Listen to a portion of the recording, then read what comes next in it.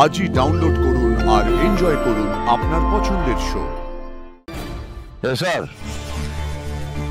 কালকে রাতে খুঁজজুতি করার পর হঠাৎ করে মনে হয়েছে যে ভুল করেছে। সকাল থেকে ওয়েট করছিল তোমার সঙ্গে দেখা করে ক্ষমা চাইবে বলে। হ্যাঁ স্যার, বড় অন্যায় করে ফেলেছি।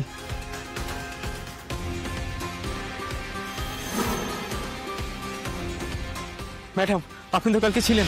ইস, কি লজ্জার ব্যাপার। আসলে হ্যারের সঙ্গে আমার এক পুরনো বন্ধুর চেহারার এত মিল যে অনেকদিন পর দেখার পর উত্তেজনার বসে বাড়াবাড়ি করে ফেলেছিলাম। তারপর যখন নিজের ভুল বুঝতে পারলাম, নিজেই লজ্জায় আচ্ছা আচ্ছা আচ্ছা আচ্ছা সকাল সকাল বুঝতে পেরেছি। খুব খারাপ লাগছে, এখন ক্ষমা চেয়ে হালকা লাগছে না? হ্যাঁ অনেকটা স্যার। আচ্ছা আচ্ছা, এদিকে এসো। চলো চলো চলো, এ স্যার রেডি হয়ে না, বেরোতে হবে। বেশ, চল।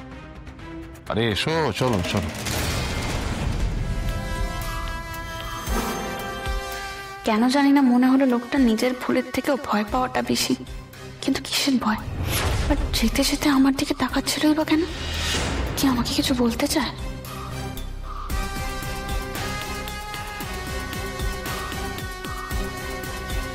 অপর্ণা, চলো যাওয়া যাক। Sorry sir, very sorry. আমি ভুল করেছি।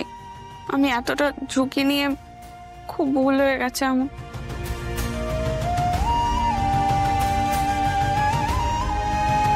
স্যার এতটা বোধহয় ভাবতে পারেন। খুব দুঃখ পেয়েছে, রেগেও গেছেন। রেগে যাওয়াটাই স্বাভাবিক।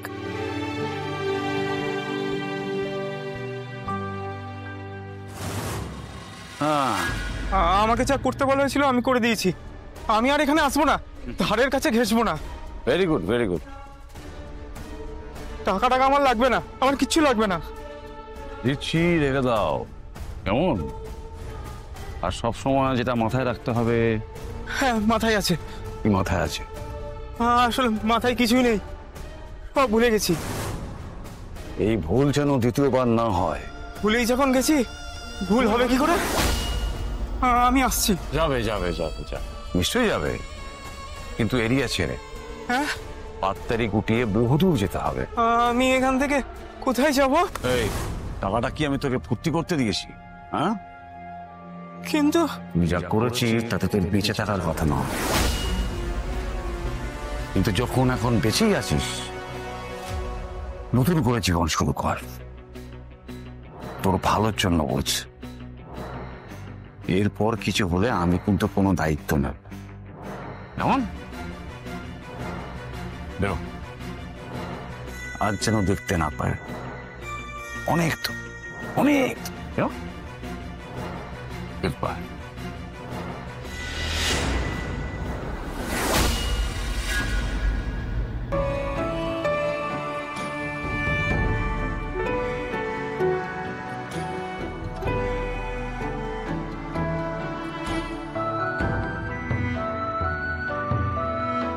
Thank you. ওয়েলকাম অপর্ণা। কিঙ্কর দাঁড়িয়ে রইলে কেন? যাবো? হ্যাঁ, অপর্ণা নেমে গেছে তো, চলো।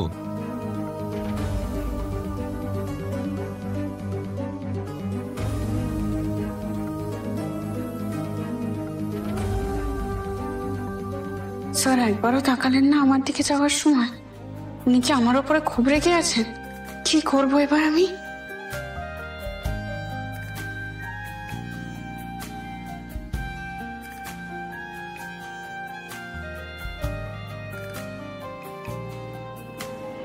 ওরে বাবা রে বাবা, এসেছিস তুই?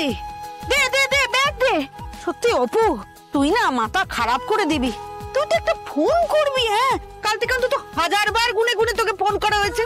সারা রাত ঘুম হয়নি তোর বাবা, জানিস, জেগে বসেছিল তোর চিন্তায়। তোকে ফোন করছি পাচ্ছি না, আর্য স্যারকে ফোন করছি পাচ্ছি না, কিংকং স্যারকে ফোন করছি পাচ্ছি না, কাউকে ফোনে পাওয়া যাচ্ছে না। তুই একটা গিয়ে ফোন তো করে দিতে পারতিস মা, তাহলে তো তুই জানিস আমাদের চিন্তা হয়। এই সকালবেলা আবার সেই আর্য স্যারের মা ফোন করে জানালেন আমাদের যে আর্য স্যারের সাথে নাকি কথা হয়েছে, তোরা ঠিক আছিস। সে শুনে আমরা বাঁচলাম। অপু, অপু, অপু এসছে, এই তো।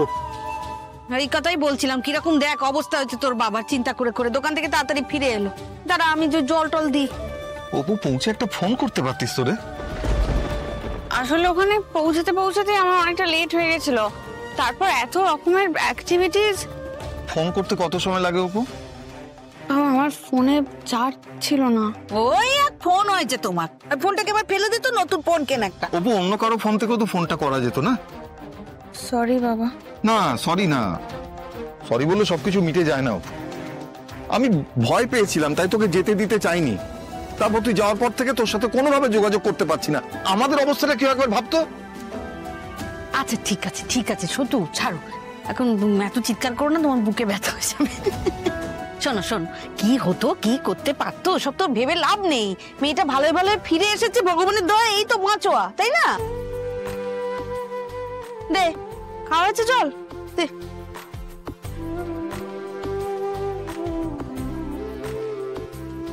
আমি স্যারকে সন্দেহ করলাম, সেই জন্যই স্যার রেগে গিয়ে। এটা আমার একদম ঠিক হয়নি করা। অপু, এই অপু, অনেক ধকল গেছে, যা হাত মুখ ধুয়ে জামা কাপড় টাপড় ছাড়, আমি একটু চা জল খাবার কিছু বানাই, মুখে দিবি, যা। বলছি অপু, যে কাজে গেছিলি সেটা ভালো ভালো মিটে গেছে তো? কেমন লাগলো তোর এই অফসাইট? ভালোই বাবা, ভালোই অভিজ্ঞতা হয়েছে।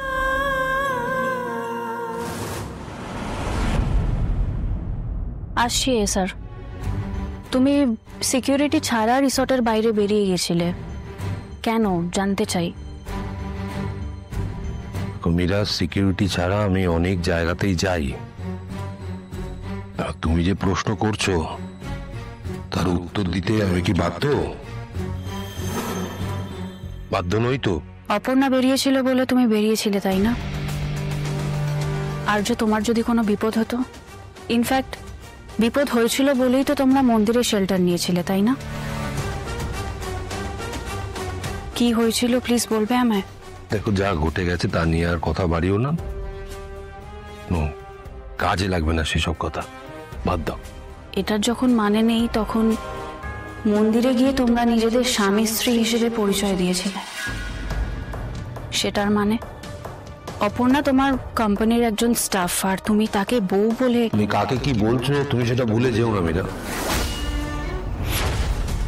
মানছি অপর্ণা আমার কোম্পানির একজন স্টাফ, তাই বলে তুমি তোমার জায়গাটা ভুলে যাবে? তুমি কি বন্ধু? বন্ধু হলে তো তুমি আমার পরিচয়টা দিয়েছো, তাই বন্ধু হিসেবে এইটুকু জানার অধিকার তো নিশ্চয়ই আমার আছে। হ্যাঁ, তুমি প্রশ্ন করতেই পারো, কিন্তু তোমার সব প্রশ্নের উত্তর আমি দেবো কি দেব না সেটা তো আমার উপর নির্ভর করে, তাই না?